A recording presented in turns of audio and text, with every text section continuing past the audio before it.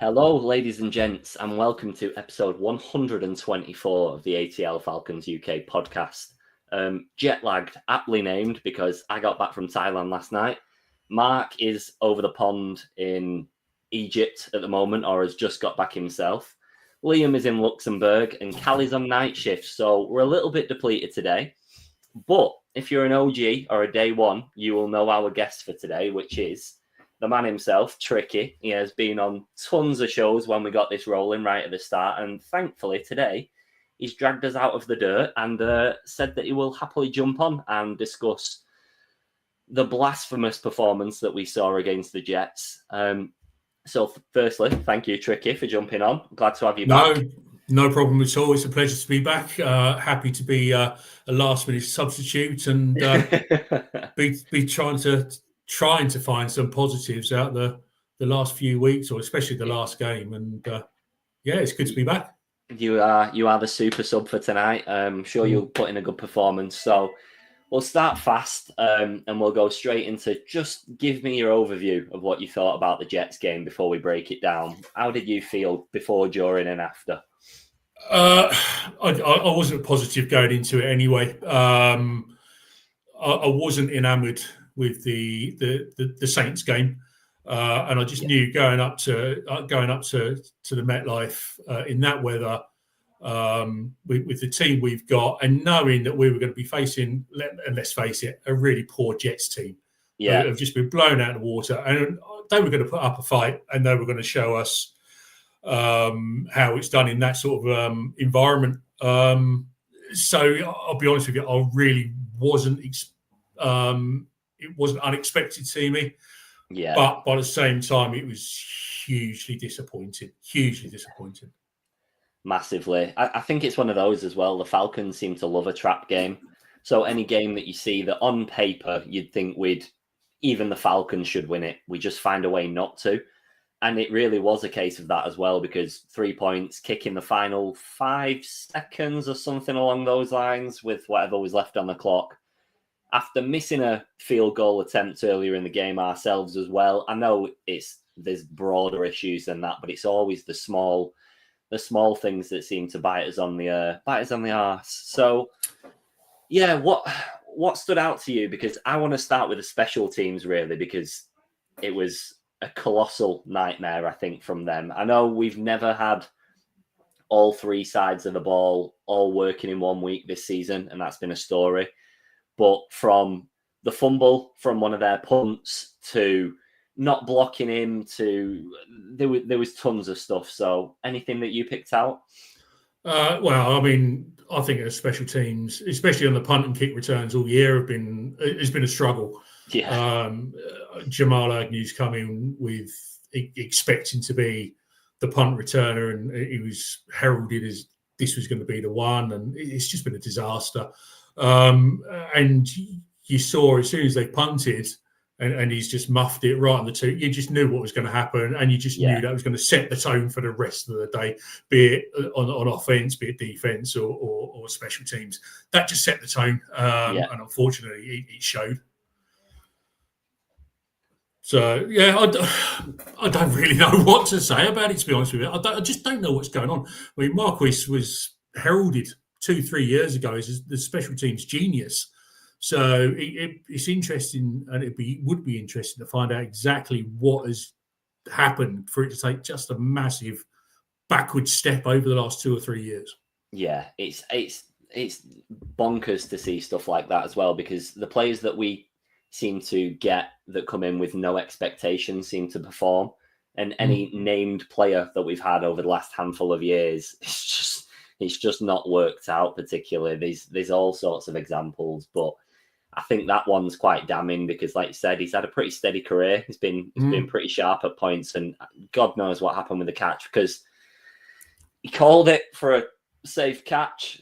No, shouldn't have expected any contact or anything. I know he had a lot of players pressing him at the time, so you probably do still feel a little sense of nervousness, but they're not allowed to hit you. So if they hit you, that's their problem. Like, take the hit and deal with it. So I have no idea. But not only to do that, just on the other ones, like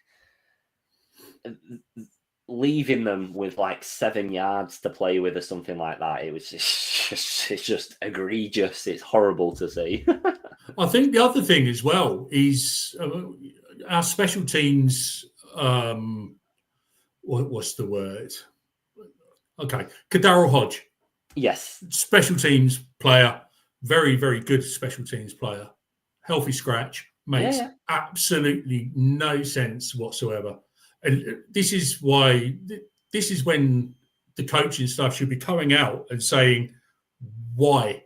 Because at the moment, the way he's left it, he's just left it open to so many interpretations. Yeah. He's left our special teams a whole lot weaker. Yeah. And he's just left himself wide open for attack on that. Yeah, absolutely. There's no justification. And even though there's been individual errors, I think we've been so focused on all of the coaching errors that you kind of overlook stuff like that until it is so blatantly obvious, like it was against the Jets. Anyone that's watched this show this season knows how rough it has been, because it's very much been a group therapy session. And that didn't really change, because at points in the game, it did look like we had the facilities to win it. And we looked like we had a little bit of momentum, so to speak. And then in true Falcons style, we had that stripped away from us. Just out of curiosity, and I know it's a topic that you've mentioned anyway, so how are you feeling about Kirk Cousins at quarterback at the moment, and especially going into next season now, where we don't know if Penix is going to be back in time, and it's going to be a tricky scenario to manage, I think. Well, I mean, we've got no choice, have we? We've got to play Kirk unless you want to play Eastern Stick, and I don't really think that's much of an option, is it? Yeah. I don't know. Everyone hates on him, but I mean, listen, who's got a better number 2 quarterback in the NFL? I agree. Not many. He's an experienced player. I don't think he's been that bad, if I'm honest. He's not been sensational, but he's been all right. He's been pretty steady, and he was looking good for interceptions the other day and stuff like that. So not too much criticism of him yet. There's always going to be criticism. I think the salary is always going to be the criticism, and the fact he's sitting on the bench earning that salary is going to be the thing that comes and bites him. But I think, hindsight's a wonderful thing, and everyone, including me, and probably including you guys, were screaming to trade him, even at the trade deadline. And thank God we didn't. Because we would be. I mean, we're down in the depths anyway, but yeah, we'd be out on a limb at the moment in time. It'd feel awfully like the Desmond Ridder season when he was down and out and stuff like that, or even before that with Mariota and stuff, when he was down and out for a little bit. So I think we would have been absolutely stuffed, and I think we know, or we've heard that Kirk asked for a trade. And there was nothing forthcoming. But I think, in fairness to Kirk Cousins, he's been the consummate professional, and he hasn't really caused any waves. He's helped out Michael Penix when he's needed to. He's been there for the players, for the offense, for the coaches. So I'm actually obviously we're delighted that we managed to keep him in the circumstances, but. I'm not really going to criticise him. I mean, I think it goes without saying it's not going to be here next season. You'd think that would be the case. There is the argument that we'd still have to take a hit on his contract regardless because of how it's structured. But is he going to be satisfied starting the season knowing that he might be QB1 until Penix gets fit again and then he goes straight back to the bench? Probably not, especially when it was probably a show of lack of faith in drafting Penix originally. And I know that wasn't the plan. And Kirk was meant to be QB1 for 2, maybe even 3 years whilst Penix sat. But with Penix not being a young quarterback coming out of the draft, that was never really on the cards, I don't think. But I'd be inclined to agree. I don't think Kirk should be the one getting the criticism at the moment. He didn't agree the contract. If you get offered money, you're taking the money. 100%. Yeah. I mean, if someone backs up the truck for you, you're taking that all day long. Absolutely. If somebody knocks on your door to whatever job you work in the world and goes, here's a triple contract, you're going, you're done. It doesn't. Yeah, of course you are. Your morals go out of the window, and that's one of the reasons probably why people are so hateful still, though, is that he did play injured last season, and he came out and said that after the fact, when he should have probably bowed down that season a little bit earlier, let Penix take over, and shown that he could fight for the quarterback one position again instead of having to be handed it due to injury. But this brings me to probably my next point, and this is twofold. In that you then need to be asking questions about the medical staff. Why the medical staff not going to the coaches and telling Raheem Morris or Zach Robinson he's not fit? Yeah. And two, what is going on with the coaching to have the injuries that we've had over the last 24 months? You know, the injuries we've had is absolutely ridiculous. And I know some of them can't be helped. Such as the ACL, but the amount of times we're getting stories coming out of training camps or out of training during the week that such and such has got injured, it's getting beyond the joke. So questions have to be asked behind the scenes as to why these players are just catching these injuries all the time. Yeah, no, absolutely. I think it's one of those, isn't it? I know the sport itself, injuries are part and parcel of it, but I agree that the quantity that we've had is like beyond belief. It's just not feasible whatsoever. I mean, realistically, this season, we've probably not been quite as pressed as some other teams.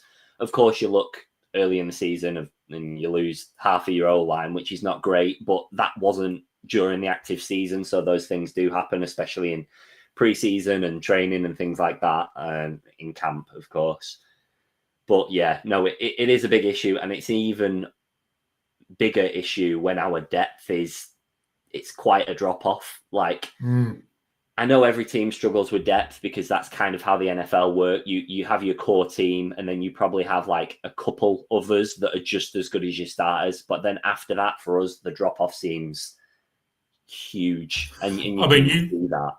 I mean, you look now with Drake London being out, you've got Mooney as your number one wide receiver, who's been injured half the season. Your number two wide receiver after that is David Sills, because you're not playing. And he's a blocking man as well. He's a wide receiver, but he's a blocking man. Exactly this, you know. And then you drop in Kadarrell Hodge, who you'd argue would be above David Sills in that chain. You'd think so. You know, it just doesn't make sense what's going on. I mean, nothing that's happened this season makes sense. Of course, Raheem got rid of the wide receiver coach about week 5 or 6 or something. And I thought it was week 3. Oh, was it even earlier? No, it might have been, I can't remember. But that felt awfully scapegoaty at the time. I've not seen a wide receiver, especially with Ray McLeod going out the door soon after. That one was a little bit suspect. I don't fully know what's happened there. I heard, whether there's validity to it or not, I heard stuff about a birthday party and going out drinking a couple of days before a game and stuff. But whatever, that's irrelevant, because that's for your coaches to manage. Those things have to be taken into consideration. Should he have done it? If he did do it, no. But is the roster good enough to continue without him? Also, no. And I'm not saying off your nose to spite your face. Exactly. And last year, Ray was probably one of our best players. I'm not saying he would have come in that form because it's pure lucky dip, but even if there was the potential of that happening, you'd have taken it. And like you referred to then, especially with the injuries to Mooney, because now he's wide receiver 1, but he's lagging. He's only just catching up. Yep. And it's not fair on him, because now he's being scapegoated when in reality, it's not his fault. He'd have been able to sit if we had depth. And the fact that we didn't go for wide receivers during the draft or free agency is bizarre, to say the least. I mean, I'm glad that we chucked the boat at the defense, because that has worked. Like, both of the first rounders have worked. Xavier Watts has been remarkable as well. So I'm happy with that. But also, your wide receivers for depth don't need to be your first, second, and third rounds. You can go and get them at 4th and 5th, and they can be serviceable. And for whatever reason, we just didn't think that was necessary, which is an oversight, I think, to be completely honest. Yeah, I mean, we just went from one extreme to the other, didn't we? I mean, we were drafting skilled players for 3 or 4 years on the offense side, and then these just got so bad we panicked, I suppose. Yeah, I mean, panic's the wrong word, but we've come out, thought, right, okay, we're going to need to double dip here, which we've done with James Pierce Jr. and Jalen Walker. We need to double dip here, and we've just carried that on through the draft, sort of neglecting to a degree the offensive side, especially when you're losing, some big players. It's just, I don't know. And that's where I think normally you'd be asking questions of your owner to the general manager. But I just don't think that's the sort of thing Arthur Blank would do. I think Arthur Blank is going to go down another season very similar to what he did with Dimitrov and with Arthur. I know Dimitrov and Arthur Smith wasn't the same sort of thing, but getting halfway through the season and then cutting them loose, and then we're left with interims. Yeah, it's hard because Terry is being dragged into all of this through the lack of success, and I get it, because if you choose the players, you're liable for some of the blame. But I really do think it's a coaching skill issue and not a GM issue. I get it. I get wanting to rip it up and start all over again, and it's completely justified because we've not had a winning season for 8 years now. 2017, yeah. So pushing on for that, and Terry's been part of that for 5 or 6 now. I think 5 or 6, but when you look at his drafts, last year's wasn't quite as good. Barely anyone even got a snap. But when you look at this year's draft, he's done all right. He's done pretty damn good. He's had some pretty solid free agency picks. I'm not saying anyone's been absolutely remarkable, but there's been some good little plucks in there. So I'm not really fully Terry out, but I understand that if you want change, you have to completely start over. The only problem there for me lies in the fact that Ulbrich probably still deserves his job. But if a new head coach comes in, the chances of him keeping his job are pretty slim. Sorry to interrupt. That's all right, don't worry. I also think that Terry deserves one more chance at getting the coaching right. You know, I mean, he didn't really. I don't think he had really much of a say over the Arthur Smith pick. No, I don't think he has that much of a role in the coaching at all, unfortunately. I feel that is very, very Mr. McKay and Arthur Blank kind of territory, which is again where the issue comes in of people saying Arthur Blank should pass the reins down to his son and things like that, because he's been watching as a fan now and must share the same frustration and things like that. But this leads me nicely to the next question. I don't see Raheem getting fired this year now. I have been asking for it for a handful of weeks now. I like Raheem as a man. I think he's a stand-up bloke, but it's a cutthroat industry and it's a results-driven industry, and it's just not working. And whether you like the bloke or not, you can't justify it any longer. And the question is, has he ever had a winning season? Because I'm not 100% sure if he even had a winning season at Tampa Bay, I think I had the stats for this last week, and I've probably lost them in all of my screenshots now. I think he's had one winning season. But out of all of the coaches that have coached 3+ seasons, which is the majority in the league, he's ranked bottom now at the moment in time for wins to loss ratio and playoff returns and stuff like that. That's as a head coach, not as a separate coach. And when you think that we have Mike Vrabel and Ben Johnson through the door during at the same time, when we're just going for a retread. one sat at 10-3 and one sat at 9-3 or something like that. It's not a good look. And I do fear that even if we do get rid of him now, we're not as an attractive as a prospect as we were last season.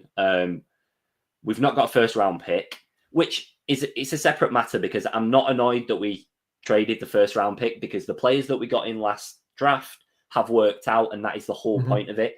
However, if a new head coach comes in, they want that first pick because they want a high caliber player that they can say is their own to dictate the game. And I think that's why Raheem doesn't get the sack. Exactly.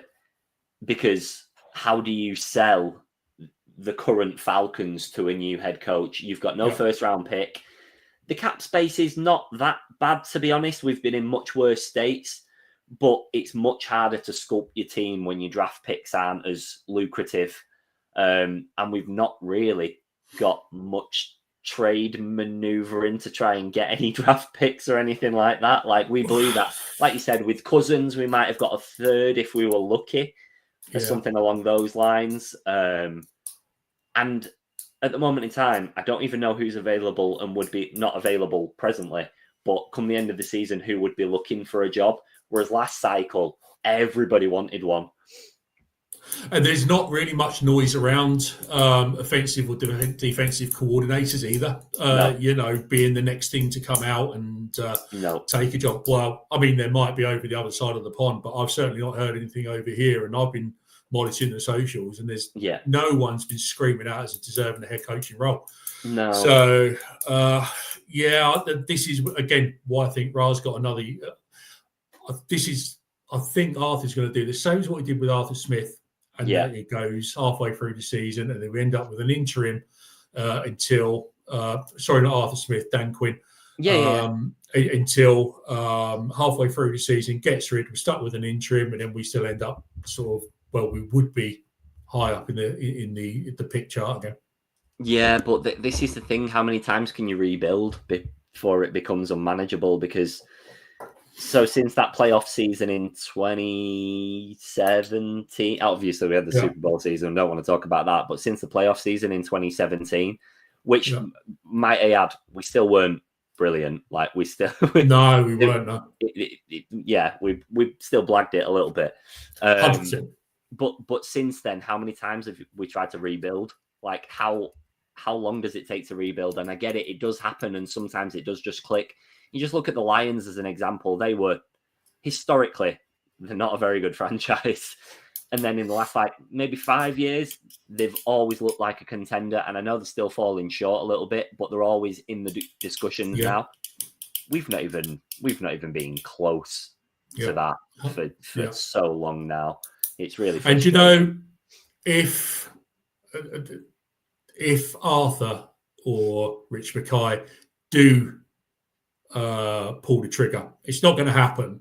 But if they do pull the trigger, the person they need to be looking at for GM is Matt Ryan.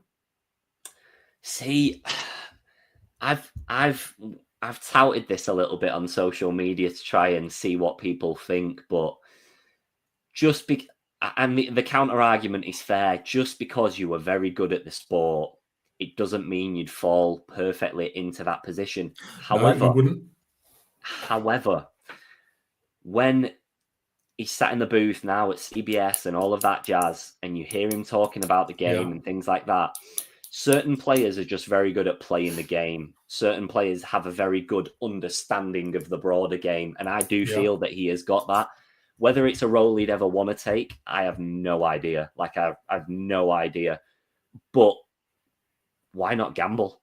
why Listen, not gamble? We've got nothing else to lose, have we? I mean, like you say, we're at the end of our probably 7th losing season. Yeah. We're going to have a losing season next year. I'm going to predict that right now. Bookmark this. We're going to have a losing season next year. Absolutely. Just go for it. How bad can it get? Just roll the dice at this point. And I don't think people would be overly disappointed, because at least it'd be a show of, let's just try this. Whereas at the moment in time, even the Raheem appointment, nobody was ecstatic about it. No. There was, and I don't think it was just because of the caliber of coaches that were in that cycle. I think it's because it felt like safe. Yeah. Like, oh, he knows the organization. He also knows the division. He's had good seasons with the Rams and stuff like that as DC. It just felt safe. So none of us were like over the moon, but we were like, fair enough, I get it. Like, let's take it and see how it goes. And it just doesn't work. So gamble now. Was he the cheap option? I mean, obviously, we don't know what Mike Vrabel or Ben Johnson or whoever wanted to come and coach the Atlanta Falcons financially. So was it a cheaper? But it certainly didn't move the needle. And I think, and you've got to think as well. I mean, I'll probably mention this many years ago, but I worked in the sports industry for a while, and when you get an appointment that doesn't excite the players either, and then that really brings the morale of the players down. It doesn't get them excited to play, and I think we've seen that as well. You know, I mean, they'll all come out in public and say they're all behind the coach, and you'd expect that 100% they should be saying that, but playing for that sort of coach doesn't excite them. No, I'd also be inclined to think that the Falcons really should be going for an offensively minded coach. Especially now that we have Ulbrich at the moment in time who knows what he's doing. We don't need to double up on that. We don't need a head coach also trying to dictate what he's doing. I don't think that is the case. But we've got so many bordering on elite players in terms of your Robinson, Drake London. Tyler Algier has got to be thrown into that mix because he's our highest touchdown scorer this season. I'd argue the most underrated running back in the NFL entirely. I think he probably starts for over half of the league as their running back one, without a doubt. Yeah. Those assets to an OC or an offensively minded coordinator that becomes a head coach, that's a sell. Like, that is something we do have. And I just think that's wasted with Raheem at the moment in time. I just don't think it's being utilized. Zach Robinson, the trial, the attempt that we've done with him, it's just not panned out for me at all. Like, I just don't think it's work. Well, we know it's not working, but I just don't think how we thought it was going to go has panned out. Last season, benefit of the doubt a little bit here and there, whatever. His playbook's like a sticky note. There's just nothing. There's no creativity. And it goes from one extreme to the other as well. You'll have a game where Bijan Robinson's going for 150, 200 yards, full yards, and then the next week he's going for, he's having 4 carries and 3 receptions. And Tyler Algier's getting the workload. It's not spread out amongst the team. Same with the wide receivers. It's same with the tight ends. I agree, and it's also so predictable. Even for like, I wouldn't say that my intricate knowledge of the game is that high, but when you look at plays and there's like, oh, I know London's injured at the moment, but a few weeks ago, oh, London's not on this play, but Bijan's on the pitch. Who do you think the ball's going to? Like, there's not even like, there's a lack of common sense there. Like, if your best receiver's not on the field, it's going to your running back, and it did, and that's why it never works. And then even really simple things like running Bijan down the throat instead of using him in the wider positions when Tyler's a wrecking ball and can burst through men. It's like, it feels so basic. Like, even from like an average fan's perspective, it's I mean, I'm far from being the font of knowledge on this game or the Falcons or whatever, but even to my stupid head, you can tell that something is just not right on that offensive side of it. No.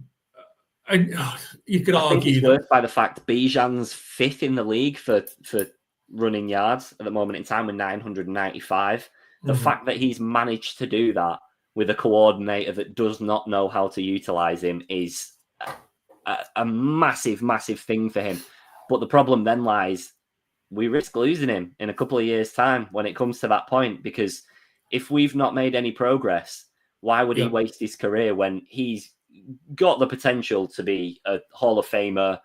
He deserves rings already. Like, he can do things in the league that no one else can even get close to. It's scary what he can do, and you're absolutely right. We're just wasting him.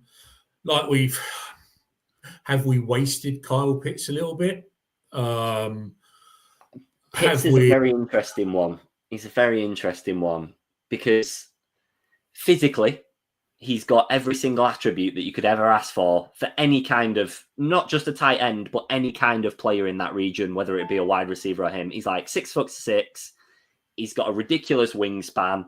He's pretty sharp, and he's just never looked like that. But have we underutilized or mismanaged him potentially? So it's so when hard you look to at judge now.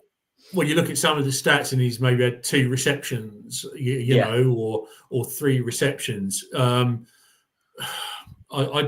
then saying that, you've got games where you've got Drake London getting 2 or 3 receptions, and the majority is going to Darnell Mooney. You know, honestly, I just don't. We should be just share around, share the love. Literally just split it 20% between all 5 of them or something like that. It really doesn't matter, does it? Let everyone eat. Exactly. I'm just going to jump in the comments really quickly. We've got UK Falk agreeing that we need an offensive head coach. It ensures offensive continuity going forwards. Couldn't agree anymore. And then we've got one from Josh that we did just cover briefly. Do you think we can even attract a good head coach or GM with no first round pick and questions at quarterback? No, in short. But I will deviate that a little bit to the quarterback chat again. We kind of touched on it, but what do you think the Falcons do at quarterback specifically? So have you got any names that you think we'd bring in a hypothetical world where Cousins does end up leaving? Or do you think we have to try and run with the both of them and see how it plays out? Well, I mean, if Cousins is gone, we have to be looking at the quarterback market. And to be honest with you, the free agency QB market is poor. When you've got Garoppolo, you fancy Garoppolo? I mean, he's like 67 years old now or something like that, but no, not particularly. Mitch Trubisky, Case Keenum, all perennial backups. You're not selling it to me at the moment. Kenny Pickett, you want a bit of Kenny Pickett or Zach Wilson? I mean, what's weird is I'd rather take a gamble on one of those 2 than the prior, but still, no. No. But I mean, I don't even know why I'm thinking this, because this is an absolutely stupid. This is going to be a stupid comment from me, and I'm going to get absolutely hammered by everyone here. But Malik Willis is a free agent next year. Okay. I mean, I don't think it is as stupid as it seems when you compare to the rest of the list. However, I did see someone say that a few weeks ago, and they did get absolutely slated on social media. So exactly. I don't think that's a serious option. I think if we do, I think we're going to be looking in the trade market, seeing if there's someone out there we can trade for. And I've read the Falcoholic, and I've seen some of the names that they've banded around. I think really the only one out there at the moment that moves the needle for me is probably Mac Jones at 49ers, and with Brock Purdy coming back. Again, one for a resurgence-styled comeback potentially, which I wouldn't be completely against. Well, you see it with Dan Jones over at Indianapolis. Yeah. You know, a different scenery. I mean, at the time when he was at the Patriots, it was a bonfire, wasn't it? He was never going to do anything there. But in saying that, he's going to be walking into another bin fire at the Falcons, isn't he? So it could be a massive regression. So, and again, it all depends who the head coach is. If we stick with Raheem and Zach Robinson next year, or the other option is, again, which I've seen on the socials, is if head coaches are fired, such as Mike Tomlin or Matt LaFleur, who you've seen. And credit Scott Karasic for that one. Because would they want to get straight back into a head coaching job? I don't think they're terrible options. No, I don't at all. I mean, Tomlin's, it's like 20 winning seasons consecutively. Like, I just want a winning season to start with. I'm not talking Super Bowls. I'm talking playoffs. In fact, this season, I'd have even taken just a winning season and just missing out on the playoffs. At the start of the season, that wasn't what I was calling for because I thought we were capable of more. But the fact that we've shown no progression is awful. At this point last season, we were 6 for 6 and now we're 4 for 8. And this season was meant to be the season that we make that push. The Panthers I don't know how to describe what they're doing. They are flying at the moment in time, which is an anomaly. But there's no reason that shouldn't have been us. And the Bucks are the Bucks. They were always going to be like the leaders of this division this season still.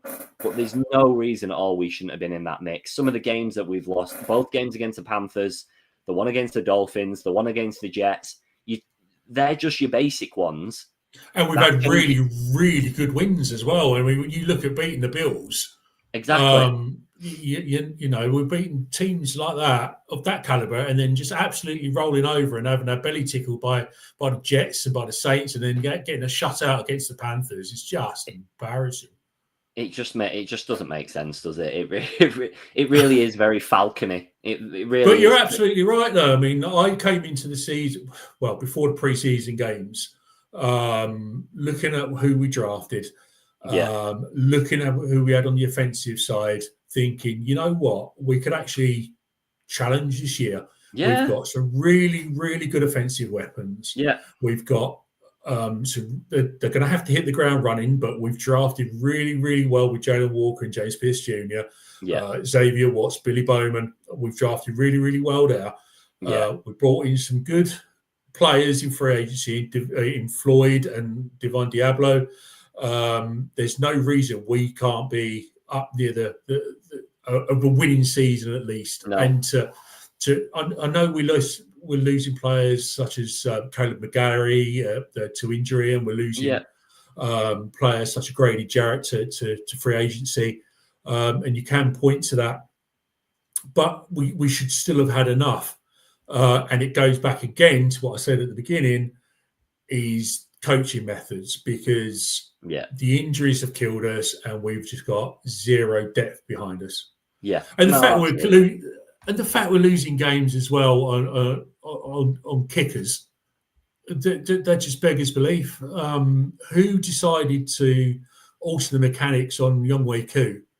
Last year, they've killed him. They've absolutely killed him, and it hasn't done us any favors either. What's the worst thing about the Koo regression is that if you look 2 seasons ago, there was a point in his career for us where he had the highest accuracy percentage of all time, over like a ridiculous amount of games. And it's just went, and I know he got a bit of an injury, so maybe you do have to adjust slightly whilst you're coming back into it. But whatever happened behind the scenes to literally disassemble his career is bizarre. Of course, I have to reference his kick over the weekend where he booted the floor instead. I really don't know what to say about that. I watched Pat McAfee, and he seems to think that the ball moved slightly, so he was trying to back out of the kick, but then got his foot caught. I heard that too, but I've watched the video like a lot of times and I couldn't see a wiggle. But I understand, obviously, we are seeing from a bird's eye perspective and we're getting nice angles and everything. Maybe when you're flat down, there's a lot of movement behind the ball, you could get that distortion. But even so, booting the floor is bizarre. Yeah. I do think it's a little bit odd, though, as a rule, and maybe this is the English in me, that the ball is live from when it's snapped and placed, so that's fine. But he didn't technically kick the ball. So I was like, is that a rule thing as well? Because it's like a golf swing. If you don't hit the ball, it's a practice shot, I'm all good. Like I didn't do it. So it was a little bit of a strange one, but I did feel bad for him because he got absolutely slandered on social media and he doesn't deserve it. He was an exceptional kicker for us for a very decent period of time. And a great bloke as well, from all bowl accounts. Yeah, absolutely. Which brings me to my next point, really, is we've pretty much blown up the season now. And again, I expect I'm going to get hammered for this. The problems we've had with our kickers this year, why did we just not give Lenny the leg a go? You know, he's on the international pathway. He can drill them. I agree. What have we got to lose? You know, it's the most bizarre case ever. The arguments from Raheem ahead of the Berlin game, the interviews is that we're transitioning him in and things like that. But how can you ever adjust to the pressure of the NFL without playing in the NFL? Yeah, you could take 50 kicks in training over the course of the week, or 100, or God knows how many you practice, until you've got a full stadium cheering, chanting, giving you jipe. You won't know if you can take it or not. And so I don't get what more he can possibly learn. Just via coaching. Like I can't fathom it. And like you can see it. Sorry, I was going to say, I didn't mean to jump in there. You can see it where the Aints have got out and brought, I can't remember the Irish lad's name.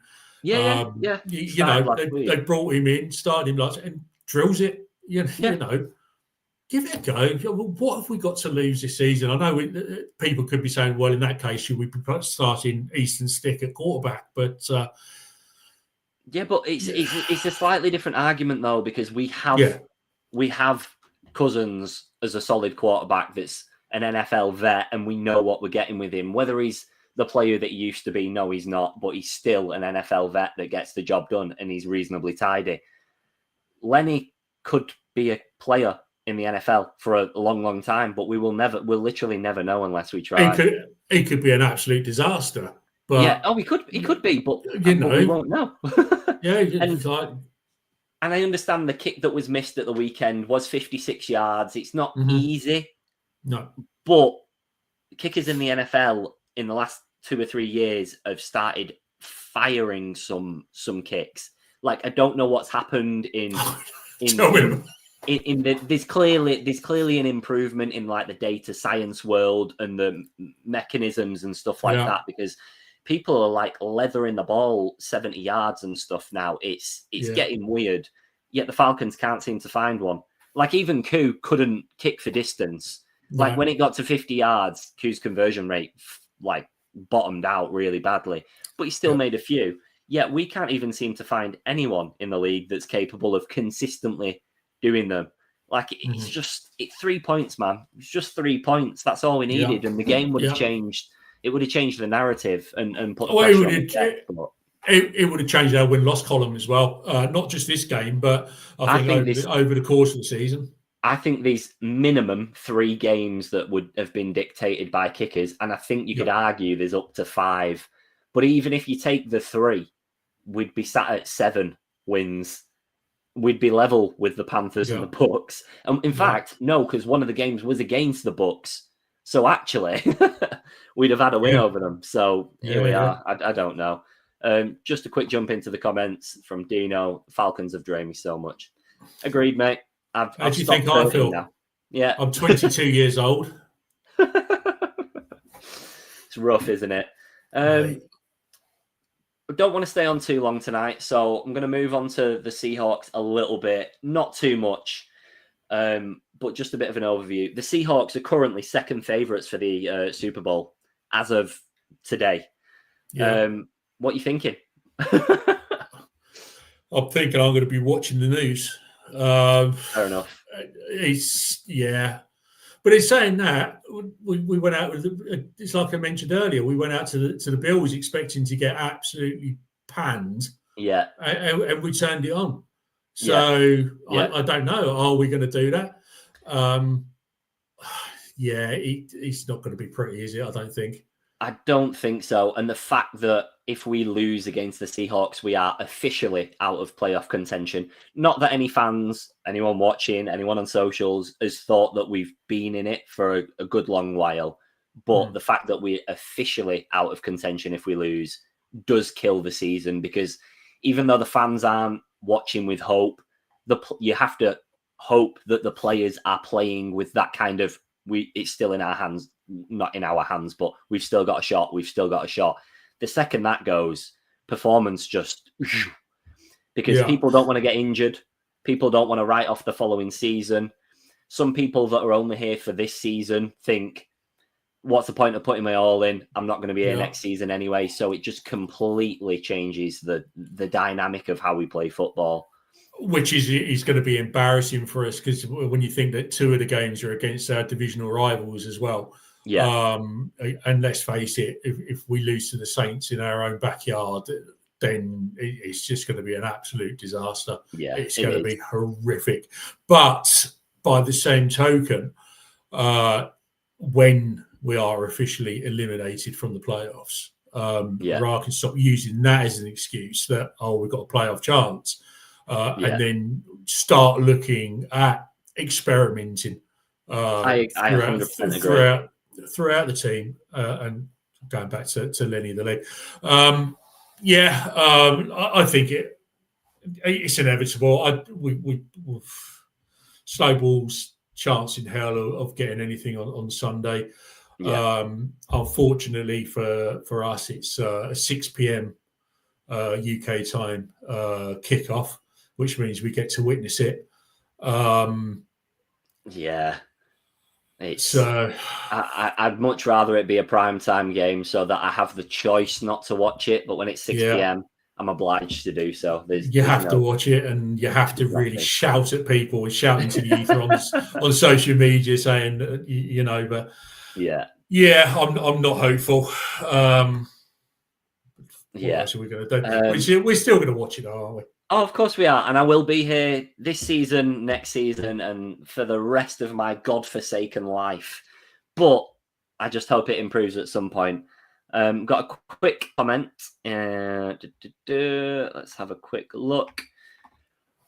What score cost Raheem his job? None. Nothing. Honestly, I think if we got tanked by 70, I think he'll still be sat there. I don't think Blank's going to pull the trigger this season now. I think if he was going to pull the trigger, I think he should have done it when we got wiped by the Panthers, 30-0. Yeah. I can kind of understand keeping him on because maybe you go, it's a one-off game, bizarre. Dolphins should have gone again. And then we've just lost, we'd lost 5 games on the bounce. Take your pick. Like, if it wasn't any of them, why will it be this one? I just don't think it matters. I don't think he's going. I don't think Blank's got a plan for an interim or any kind of progress looking to next season. I think it's another tough time to be a Falcons fan. Again, Ra's going to be here next season. I think so now. I feel it. Arthur Blank's always given coaches 3 years to try and turn it around, but the other side of the things, the other side of the coin is Raheem going to think, I've got absolutely no chance next season. It's only going to reduce my stock even further. Do I cut my losses and walk? Do I walk out jump before I was pushed sort of scenario? Yeah. I don't think he'd do that either. I think Raheem Morris is far too an honourable man to do that. I think he'll wait to. I think he's got too much get pride. Pushed. Absolutely. Yeah, absolutely. He's going to think he can turn this ship around. And but the problem there lies that Raheem could have bought himself more time in Falcons fans' favour if he got rid of Zach Robinson weeks ago. He got rid of the wide receivers coach, and that felt scapegoaty. But after a couple of losses, when we weren't scoring points and we couldn't get the ball moving, if he got rid of Zach Robinson and brought somebody else in, I think he would have got a little bit more grace. I think people would have been like, you know what, he's trying something. At least he's acknowledging the issues. Whereas at the moment in time, all he says is, we got to do better. We got to find a way to win. If I hear the phrase, we've got to find a way to win one more time, I don't know what I'm going to do, but I'm not happy about it. It's just, it's just recycling the same shit, different day, isn't it, basically? And it's just come out and just tell people the truth and just people will respect you more if you just come out and just tell it how it is. Just come out and say, we've been absolute dog turd this year. Yeah. This is why we haven't done good enough. This is what we need to improve on. Yeah. I'm sorry. Just say we're out of our depth. We've not done our jobs. Yeah. Sorry about that. Like on your way. Yeah. But yeah, it's rough. It's rough. We've got a comment saying Ulbricht's already in the building as the interim. I wouldn't be against that. Again, though, I just think going forwards, we do need an OC as our head coach just for that offensive kind of element. But we tried that with Arthur Smith, though, didn't we? Yeah, no, very true. He was meant to have. He was meant to be the next big thing. He used Derrick Henry as the his number one go-to. So we get Bijan Robinson. He don't bloody use him. So I don't know. It's a really, really difficult one. It is. Got Dino saying Mr. Find a Way will be the coach next season, so we have to ride this storm again. And we've got UK 100%. Falk saying blank loses the fan base if we take this head coach into 2026. I would be inclined to agree with that. I don't think blank's making many friends at the moment in time. And I understand, I don't understand how difficult it is to run an organisation. I could never. But from the outside looking in, if your employees aren't doing their jobs, goodbye. Simple as that. You can have Jerry Jones as an owner, though. Yeah, no, fair enough. I'll tell you what, I respect Arthur Blank so much, and I think personally, Arthur Blank is the best owner in the NFL, bar none. I don't care. People I agree in terms of what he does for Atlanta and the community and the fan base in terms of like low pricing and food and all the charity work and everything like that. Like, again, stand-up bloke, but football. Like, we're here for the football. Like, you've got to find that balance. You've got to give us at least something to dream about. I think Arthur Blank is as well, but my personal criticism, and it's my only personal criticism, is he tries to give the coaches a bit too much time. Yeah, I agree. And that's it. I don't think he's got it in his nature to be ruthless. I say that, and then you think that he's a billionaire who's made his money, so he's got to be ruthless. Yeah, but it's just we don't see that element to it, and I think that the problem there might lie in the fact that Rich Mackay's doing a lot of the legwork and the hiring and stuff like that. Of course, Blank will have final say, but maybe if Mackay goes, then everything else falls in line. I've been saying that for years, though. Mackay's always been a fly in the ointment for me. I just think it brings an extra layer of protection for Arthur Blank. Yeah. But I also think no, he's never been for me. Yeah, I don't it's really rough. know it's rough, but we've had our say. We've done what we can. It was a rough loss. We're going into the Seahawks, who are second favourite for the Super Bowls at the moment in time, based on odds. What else can be done? We will be here next week. We will be here the week after, and we'll be here in 10 years' time, still talking about the same Falcons stuff until something switches. Do you know what? Don't want to be too much more negative because we're all sick of it. We're all suffering together. We've all signed up to this life. It's not for the faint-hearted. Look on the positive, and the positive is we don't have a first-round pick this next year to absolutely crucify the owners and the backroom staff of not picking the player that we want. Yeah, there we go. Exactly. So our draft conversations going into the off-season are going to be much easier because you don't really know who's going to fall to the second round and stuff like that. It's not quite as easy to predict. And you know what? I haven't. Be a high flyer. I don't know if it's too early in the process, but I haven't heard much noise into the draft next year as to who's going to be drafting where. Usually around this sort of time, you start hearing sort of names, thinking, they're going to be a definite number one. They're going to be, you know. Yeah, I'm not a massive college football. Like, my knowledge isn't huge.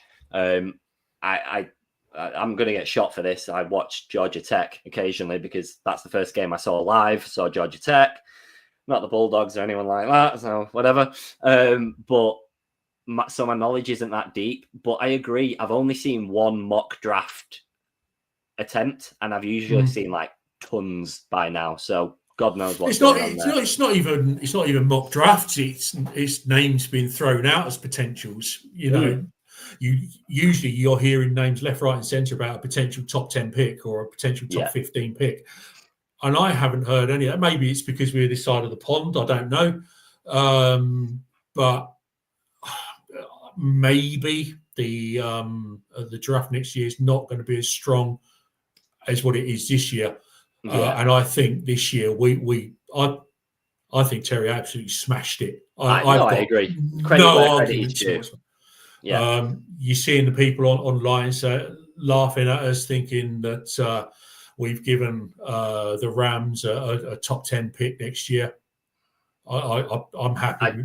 James Pierce Jr. is our top 10 pick from next year. Exactly. And I'm absolutely delighted that we've got him. And you have to flip the narrative like that, don't you? We didn't lose a top 10 pick. We used 2 in last year, and that means that the 2 that we've had have an extra year of experience, and all these rookies that are coming in. I don't think it's that big of a deal. It's frustrating that it's going to be such a high pick for the Rams, because that means that we've not had a good season. But other than that, it doesn't really matter, because our mentality going into that was, we'll trade him a pick, but it might be like a 20th pick. It's not turned out that way, but I have no problems with Walker or Pierce Jr. or Xavier Watts or Billy Bowman Jr. is, of course, out at the moment in time, but none of them have any issue to me. There's a lot of quality there. So I'm hoping that we can ride this somehow and look up for next season, but this is. Oh, yeah. Rest in peace. It is. On that super positive note, well, actually, it was a little bit positive, to be completely honest. We'll call it a night. Thank you for checking in from Mexico, Vic. We really appreciate it. Hola, ¿cómo está? We've got it nice. We've got a Go Dogs in the chat as well, and a little bit of confirmation that there is no standout number 1 pick. So we're not completely down and out. We've got a bit of knowledge. But thank you everyone for watching. It's been a very ad hoc show. For anyone that didn't already know, I got back from Thailand last night, so I am jet lagged to hell, hence the show title. Plus we got beat by the Jets. Genius, whatever. Mark's just got back from Egypt. Liam's in Luxembourg. Cal's on night shifts. So the OGs will know that Tricky joined us, who was a huge part of us getting up and running and everything. So it's good to have him back. And hopefully, mate, we can have you back on this season. And I don't think we'll have anything positive to talk about, but at least we can give it a go. I'm sure we can maybe in the off-season one, we can be hopeful again. For everyone watching, thank you for jumping in the comments live. You can catch us on X, Facebook, Instagram, YouTube, Spotify, Apple Podcasts, all of that jazz. I'm not going to sign off like Mark does, but again, thank you for watching, and we will catch you all next week. See you next time. Big love.